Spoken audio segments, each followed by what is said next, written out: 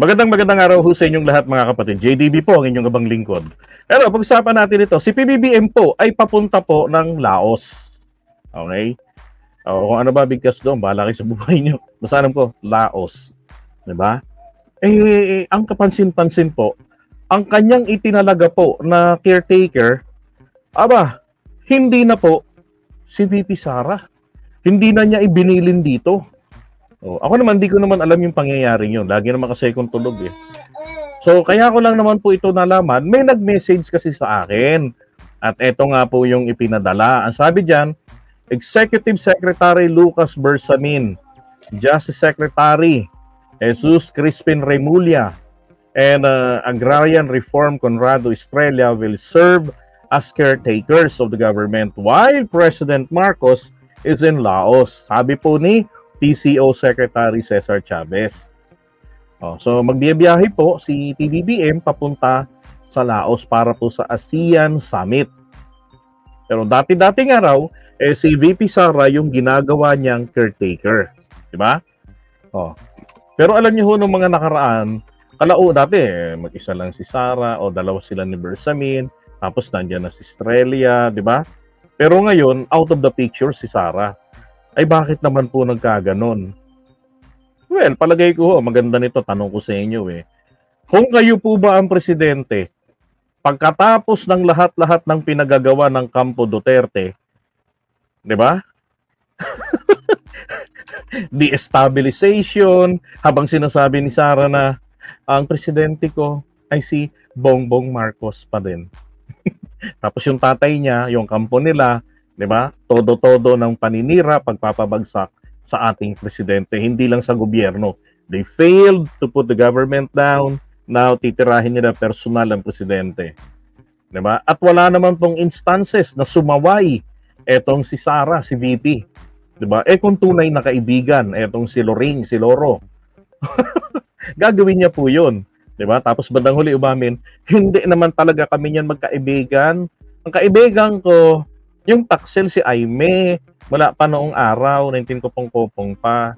Diba? Now, may nagtanong sa akin, JDB, that is unconstitutional. Ang alin ka ko, anong unconstitutional? Tignan mo bakit yung Vice President ang hindi pinag-iwanan. Sabay lecture sa akin. Under the rule of succession. O ano yung succession ka ko? Under the rule of succession. Dapat, kapag hindi magagampanan ng presidente ang kanyang trabaho, ang Vice President ang papalit sa kanya. Okay. Sabi ko, tama naman yung sinasabi mo. So, anong problema mo ngayon? Bakit sila Lucas Bersamin? Mga barkada niya yung pinagkakatiwalaan ng presidente. Hindi ba ako prerogative ng presidente yan? Magtalaga kung sino yung mapapagkatiwalaan niya? Kasi ako ganito yan. Walang unconstitutional dyan. At hindi po yan pwedeng sumaklaw ang rule of succession. Bakit? Kapag ang presidente po temporary or permanent yung kanyang inability to discharge his office, powers, ay magsasabi ito, di ba? Diyan sa Kongreso, yung kanyang doktor, magsasabi yan. Kung magbabakasyon ng presidente, asing bakasyong bongga, at ayaw niya ng stress ng politika, magsasabi yan sa Senado at sa Kongreso. Gaya ng ginawa ni Erap noon, yung temporary leave of absence. Now, eto hindi. And besides, because of the modern technology, kaya ng presidente kausapin ang mga cabinet officials. Kaya niyang magbigay ng utos, kaya niyang mag-order sa kanila na eto gawin ninyo. Di ba? Magbigay kayo ng ganito. I-anunsyo ninyo ito. Pwedeng gawin ng Pangulo. Pwede siya mag-speech kahit malayo siya, kahit nasa buwan pa. Hindi niya kailangan. Okay? Ng Vice President, ang pagkakatiwalaan, pag-iiwanan, ihahabilin. Hindi po kailangan ni PBBM na ang Vice President palagi. Kung ang Vice President naman po, kalaban mo na. Tandaan nyo. Ito, hindi ko talaga maalala kung sino ang pangalan nito. Is it Newin or si Pol Pot? Okay? Nangyari yan. Pumunta dito yung isang ASEAN president. Pumunta ng Pilipinas. I guess during the time of Cory Aquino yan eh. O Ramos ba? Pumunta ng Pilipinas, pagkatapos alam niyo nangyari. Pagbalik niya ng bansa niya, wala na, hindi na siya presidente. Nakudeta siya. He was ousted while he was overseas. Diba? So for PBBM, bakit mo gagawin maglagay ng tao na wala ka ng katiwa-tiwala? At ang tanong nga sa akin, ibig mo sabihin wala ng tiwala si PBBM kay VP Sara? Well, with all this, and with this decision, do you think may tiwala pa si PBBM kay VP Sara? Wala na. Now, makatarungan ba na mawala ng tiwala si PBBM kay VP Sara? Yes, makatarungan. 'Di ba? Hindi nga kayang irespeto yung yung Kongreso. Ang paniniwala kasi, ewan ko ba kung sino ba namang talagang kamote na mga professor ang nagtuturo na ang Vice President ang pinakapangalawang mataas na posisyon sa Pilipinas. Tapos nile-lecture din po nila ang co-equal yung three branches of the government. These three branches of the government, executive, legislative, and judiciary are co-equal.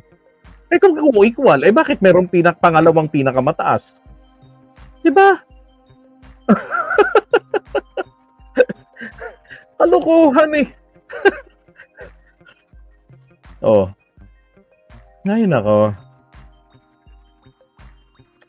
Sabi ni Netflix, ginawa din naman ng tatay niya kay Lenny. No? Diba? Ginawa naman talaga rin eh. Kasi nga nung una, hindi naman talaga kinakailangan. Wala hong nakasulat sa Constitution natin na ang Vice President ang dapat na matik na caretaker. Pagka ang Vice President ang ginawang caretaker ng Presidente, ibig sabihin po, they are in harmonious or they have harmonious relationship. Diba? Ngayon, meron pa bang harmonious relationship sa kanilang dalawa?